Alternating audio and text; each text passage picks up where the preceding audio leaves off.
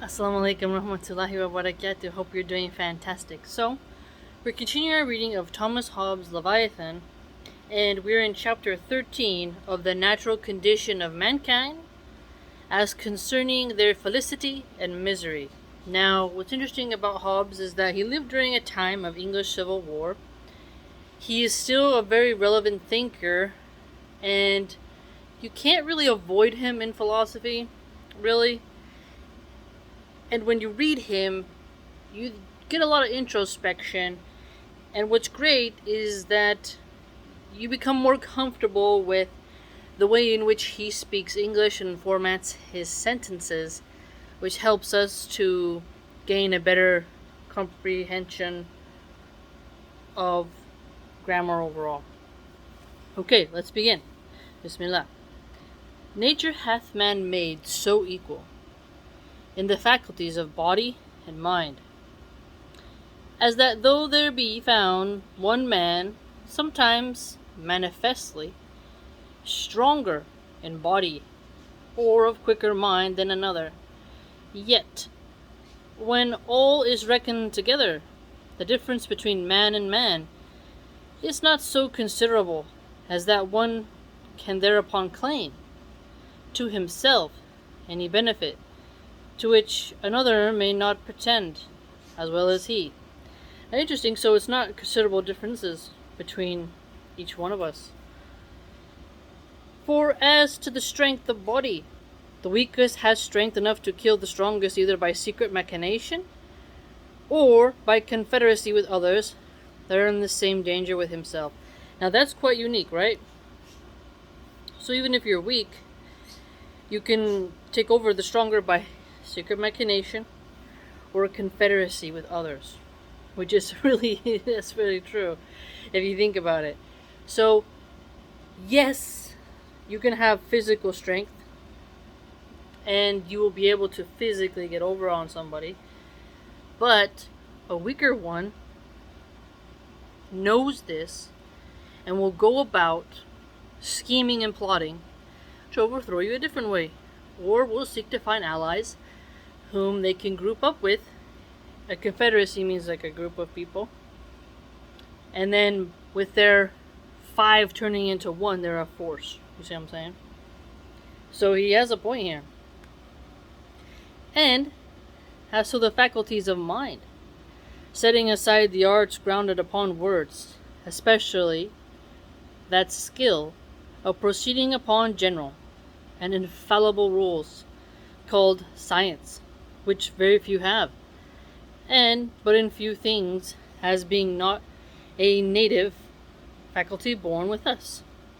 So this scientific leaning, he's saying, isn't born with us, nor attained as prudence, while we look after someone else. I find yet a greater equality amongst men than that of strength. So he finds prudence to be more greater amongst the people in terms of equality, because strength varies throughout people. So he's finding that this attribute of prudence is quite more common. For prudence is but experience, which equal time equally bestows on all men, and those things they equally apply themselves unto. That which may perhaps make such equality incredible is but a vain conceit of one's own wisdom, which almost all men think they have in greater degree. I mean, yeah, sometimes true, right? I mean, no one wants to think themselves as an ignoramus.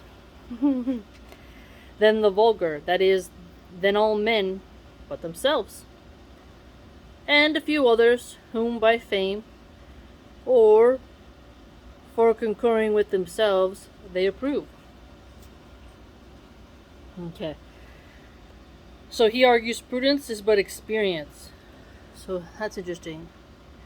You become more prudential through experience. The more experience you have, you become more prudent. Yeah, if you think about it, that's true. Because you know the costs. You know the pros and cons, essentially. For such is the nature of men, that howsoever they may acknowledge many others to be more witty, or more eloquent, or more learned, yet they will hardly believe they be many so wise as themselves. Yeah, that's a good point. So, people do like to admit, like, oh, he's very eloquent, he's very this, very that. But few will be like, who's as wise as I am? I know there's more people definitely wiser than me, but I know there are some people who definitely won't admit that. For they see their own wit at hand, and other men's at a distance. That's very fascinating. You see your wittiness and your intelligence and your wisdom closer at hand because it's you, and theirs is like farther away. You don't get to see as the results, so you almost have a bias against ourselves in what we see. But this is proveth rather that men are in that point equal than unequal.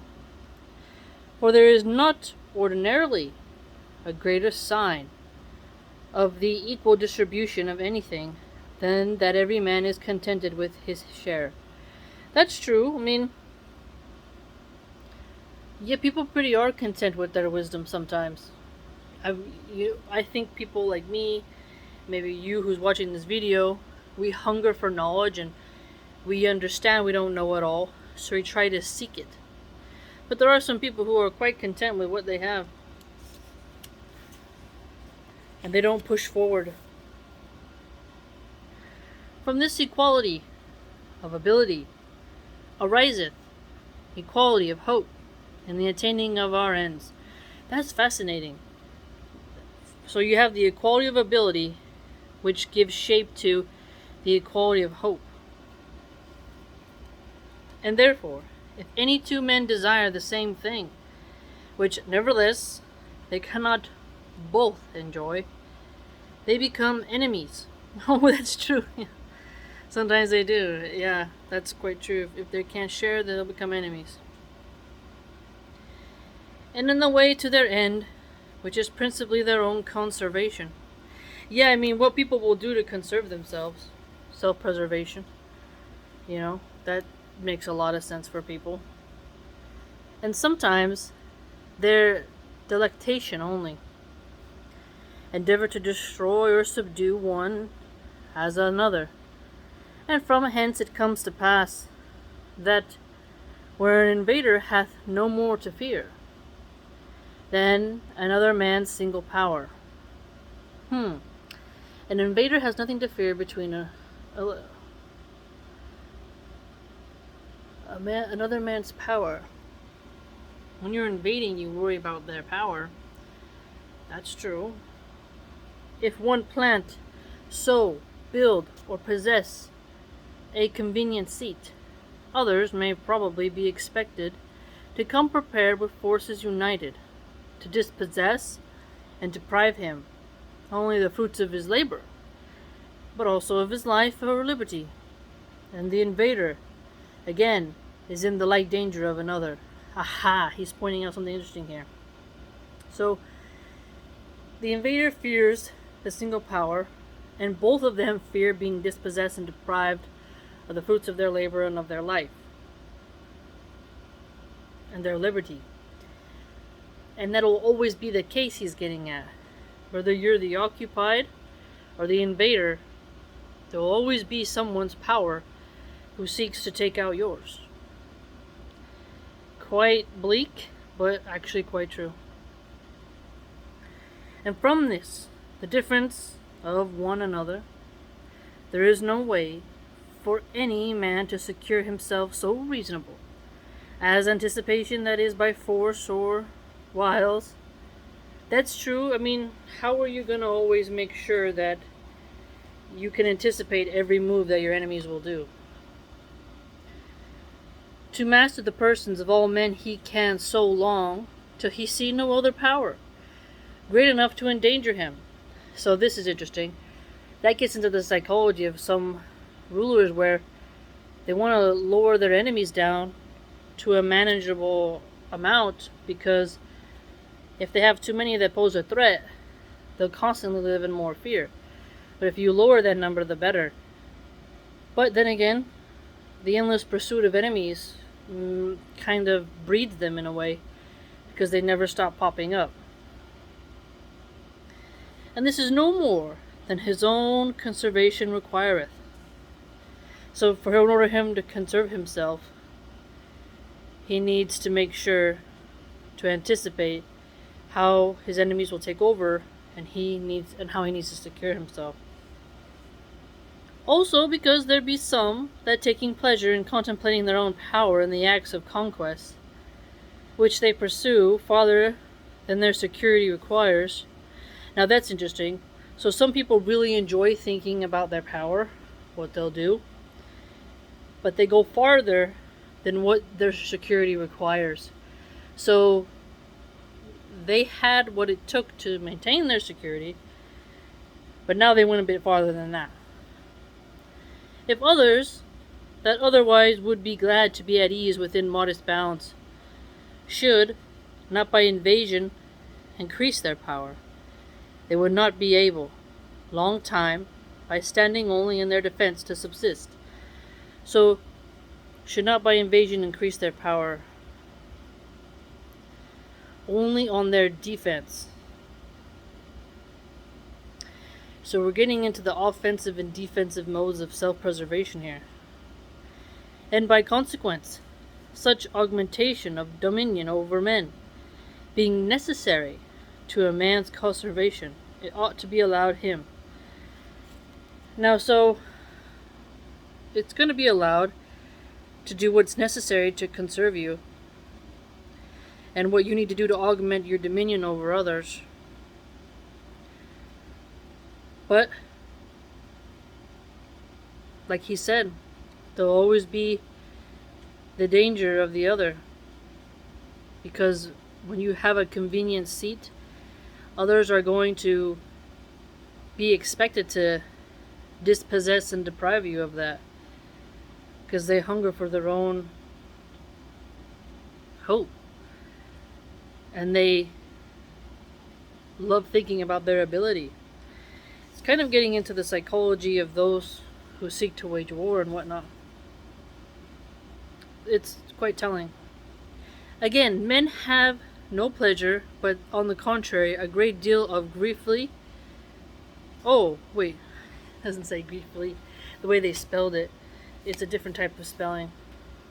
Again, men have no pleasure, but on the contrary, a great deal of grief, in keeping company where there is no power able to overawe them all. For every man looketh that his companion should value him.